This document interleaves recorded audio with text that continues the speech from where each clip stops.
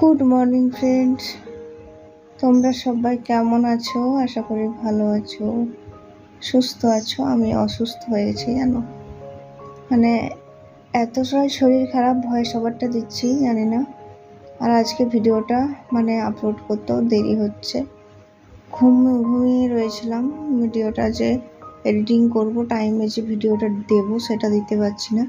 Please তোমরা একটু মানিয়ে নিও। ঘুম থেকে উঠেছিলাম পুরো 3টার সময় উঠেছি। উঠে প্রচণ্ড বৃষ্টি, কারেন্ট নেই, চারিদিকে শুধু জানালা খুললাম। তারপরে কারেন্ট আর আসেনি, সকালবেলায় কারেন্ট এসছে জানো। তো এরকমই শুয়েছিলাম। সকালবেলায় উঠে গেলাম 5টার সময়, বাসনগুলো ধুয়ে নিচ্ছি। আর তারপরে রান্না বান্না করব। তো কারেন্ট ছিল না বলে ঘুমটা ঠিকঠাক হয়নি। সকালবেলায় কাজ করার পর 5টায় আবার ঘুমটা ভেঙেছে, তো আবার ঘুমিয়ে গেছিলাম জানো তো।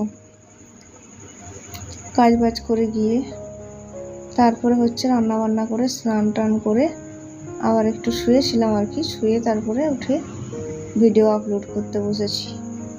কারণ কি এডিটিং করেছি, তারপরে আপলোড করেছি। আমার শরীর টান ছিল না, একদম টান ছিল না।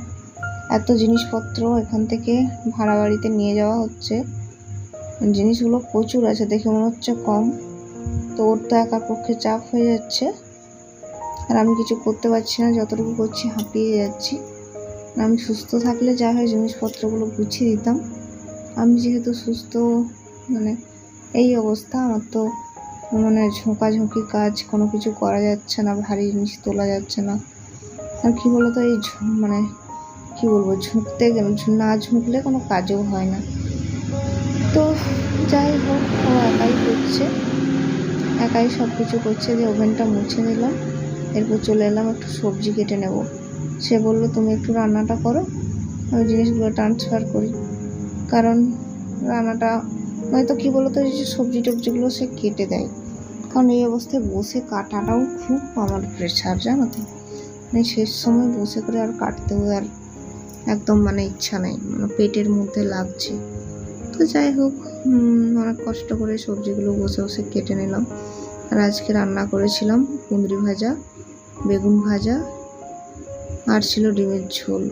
আমার কিন্তু ডিমটা খুব একটা খেতে ইচ্ছা করে না, কিন্তু আমিও বললাম যে এখন আর সবজি টবজি কিনে আনোনি, মাছ টাছ আনার দরকার নেই। কারণ ওগুলো করতে গেলে জিনিসপত্র ট্রান্সফার করা সম্ভব হচ্ছে না। আর এত বৃষ্টি পড়ছে, এখন বৃষ্টিতে ভিজে ভিজে তো জিনিস নিয়ে যাওয়া সম্ভব নয়। মেঘটাও যেন ডিস্টার্ব করছে জানো তো। তো যাই হোক, একটু ফাঁকা হয়েছে সকালটা, তো সে চলে যাচ্ছে, জিনিসগুলো দিয়ে আসছে। আর এদিকে আমি রান্না বসিয়ে দিয়েছি, যা পাচ্ছি তাই রান্না করছি। রান্না বলতে কুঁদরি ভাজা হচ্ছে, আর কুঁদরিটা ভাজা হয়ে গেলে একটা বেগুন আছে দেখলাম, ভাবলাম বেগুনটা ভেজে দিই। কুঁদরি ভাজা, বেগুন ভাজা, ভাত আর ডিমের ঝোল, আর কি দরকার বলো। আর কালকের দিনটা থাকবো, তো তার জন্য বললাম যে এক কাজ করবে, সয়াবিনের প্যাকেট নিয়ে আসবে, সয়াবিনের তরকারি করে নেবে।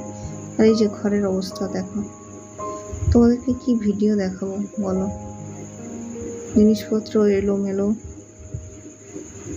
তো ব্লগটা খুব বড় করলাম না, ছোট ব্লগ করছি, সব গোছানো হোক, তারপর তোমরা আমার রেগুলার ব্লগ দেখবে। আজকের মতো এখানেই, সবাই সুস্থ থেকো, ভালো থেকো।